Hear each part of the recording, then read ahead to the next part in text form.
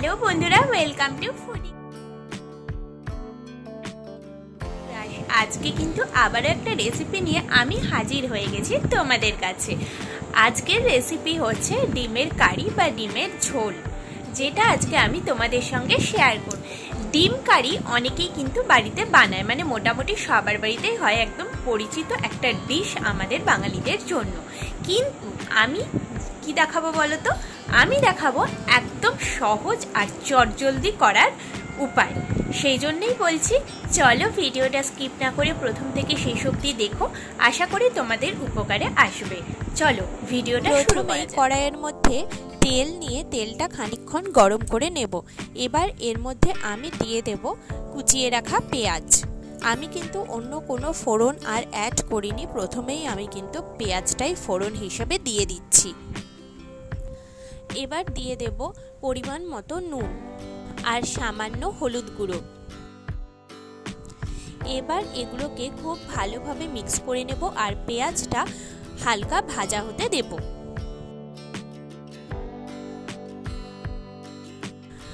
সামান্য একটু ভাজা হয়ে যাওয়ার পরেই আমি এর মধ্যে দিয়ে দেব পেস্ট করে রাখা একটা পেঁয়াজ। এটা আমি মিক্সিতে পেস্ট করে নিয়েছিলাম। এবার এটাকে আমি খুব ভালোভাবে মিক্স করে খানিকক্ষণ একটুখানি ফ্রাই করে নেব তেলের মধ্যে।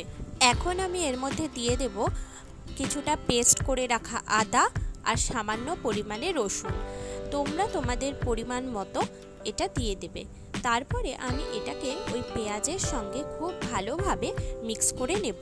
আর যতক্ষণ পর্যন্ত আদা রসুনের কাঁচা গন্ধটা চলে না যায় ততক্ষণ পর্যন্ত কিন্তু এটাকে আমি কষিয়ে নেব। তারপরে এর মধ্যে দিয়ে দেব পেস্ট করে রাখা টমেটো। এখানে আমি একটা মাঝারি সাইজের টমেটো নিয়েছিলাম, তোমরা পরিমাণ বুঝে টমেটো পেস্ট করে নিও। এখন খুব ভালোভাবে এটাকে মিক্স করে নেব আর ভালো করে কষিয়ে নেব, যাতে টমেটোর কাঁচা গন্ধটা এর থেকে চলে যায়। এবার আমি দিয়ে দিলাম দুটো কাঁচা লঙ্কা। তোমরা কিন্তু ঝালটা তোমাদের স্বাদ অনুযায়ী দেবে। এখানে আমি কোনো গুঁড়ো লঙ্কা ইউজ করিনি, মানে লঙ্কার গুঁড়ো ইউজ করিনি। তোমরা যদি মনে করো লঙ্কার গুঁড়ো কিন্তু ইউজ করতে পারো। এবার কিন্তু আমি এখানে ডিমগুলোকে ভেজে নেব। ডিমগুলো আমি একদম হালকা ফ্রাই করেছি আর এর মধ্যে আমি দিয়ে দেব আমার সেই তৈরি করে রাখা গ্রেভিটা। আমি ডিম সবসময় হালকা ফ্রাই করি, কারণ আমার বেশি ফ্রাই করলে আমার ভালো লাগে না, সেই জন্য তোমরা তোমাদের মতো করে ফ্রাই করে নিও। এবার এগুলো আমি ডিমের সাথে ভালো করে মিক্স করে আবার একটুখানি কষিয়ে নেব, যতক্ষণ না এর থেকে তেলটা ছাড়ছে।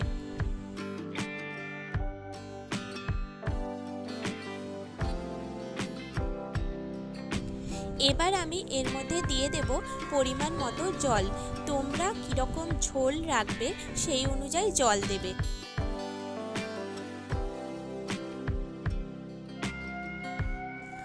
আমার রান্না মোটামুটি কমপ্লিট হয়ে গেছে।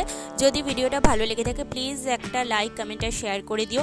কালকে আবার দেখা হচ্ছে নতুন একটা রেসিপি নিয়ে। সবাই ভালো থেকো, সুস্থ থেকো, সাবধানে থেকো। আর যদি মনে হয় যে রান্নাগুলো ভালো লাগছে প্লিজ সাবস্ক্রাইব করে আমার পাশে থেকো। তোমাদের একটা সাবস্ক্রাইবার আমার কিন্তু মনের মধ্যে অনেকটা উৎসাহ যোগায় নতুন নতুন রান্না তোমাদের সামনে নিয়ে আসার জন্য। আজকের মতো টাটা।